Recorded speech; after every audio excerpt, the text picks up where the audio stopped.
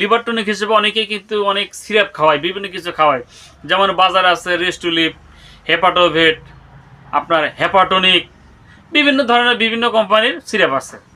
তো আমি মনে করি সিরাপের কোনো দরকার নাই। আপনি যদি ইঞ্জেকশনটা পোস্ট করেন তাহলে আপনার খরচটা কিন্তু একটু কম আসবে, এবং পরিশ্রম খাটিটাও কিন্তু কম হবে। এখন আমরা গরুকে কৃমি ইঞ্জেকশন দেওয়ার পরে লিভার টনিকটা আমরা কেন দেবো, কারণ কি জন্য দেবো? লিভার টনিক দেওয়ার উদ্দেশ্য এটাই, গরুকে যখন আমরা কৃমিনাশক পোস্ট করি, কৃমিনাশক মেডিসিন বা বলাস বা ইঞ্জেকশন যেটাই বলি, এটা এক প্রকার ধরেন আমরা একটা বিষ। তো বিষ দিয়ে কিন্তু যেমন কৃমিকে মারতে হয়, এছাড়া কিন্তু কৃমি কিন্তু মরে না বা দমন হয় না। তো এই কৃমিকে মারার জন্য যখন আমরা কৃমিনাশক ইঞ্জেকশন ব্যবহার করি, তখন কিন্তু গরুর লিভারের উপরে কিন্তু একটা প্রভাব পড়ে, একটা চাপ পড়ে, একটা চাপ সৃষ্টি হয়। সেক্ষেত্রে কিন্তু লিভারটা কিন্তু একটু দুর্বল হয়ে যায়। এই জন্য লিভারটাকে সতেজ রাখার জন্য, চলমান রাখার জন্য, অর্থাৎ ক্লিয়ার রাখার জন্য আমরা কিন্তু গরুকে আমরা কি করব, পরের দিনে অবশ্যই আমরা কৃমিনাশক দেওয়ার পরের দিনে আমরা হেপাভিটা ইঞ্জেকশনটা ব্যবহার করব। আপনারা দেখতে পারুন, এটা লিভার টনিক ইঞ্জেকশন, নাম হেপাভিটা।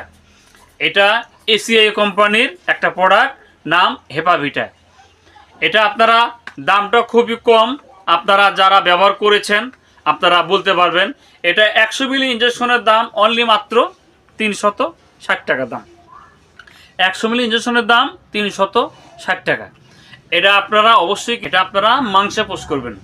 যদি মাংসে পোস্ট করেন তাহলে খুব ভালো দ্রুত রেজাল্ট আপনারা অবশ্যই পাবেন। তো এটা আপনারা এই লিভার টনিক হেপাভিটা ইঞ্জেকশনটা আপনারা একটা গরুকে ব্যবহার করবেন।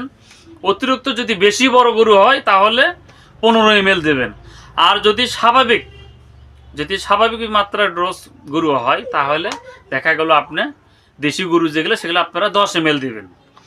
10 ml দেবেন। আর যখন দেখা গেলো একটা গরু বেশি বড় হয়ে গেল বা 150-র ঊর্ধ্বে চলে গেছে বা 200-250 কেজি, সেক্ষেত্রে আপনারা 15 মিলি দিবেন। তো বন্ধুরা, একটা অবশ্যই খুবই কার্যকর একটা লিভার টনিক, আপনারা গরুকে সিরাপ খাওয়াতে হবে না, ইঞ্জেকশন দিলেই হবে। তো বন্ধুরা,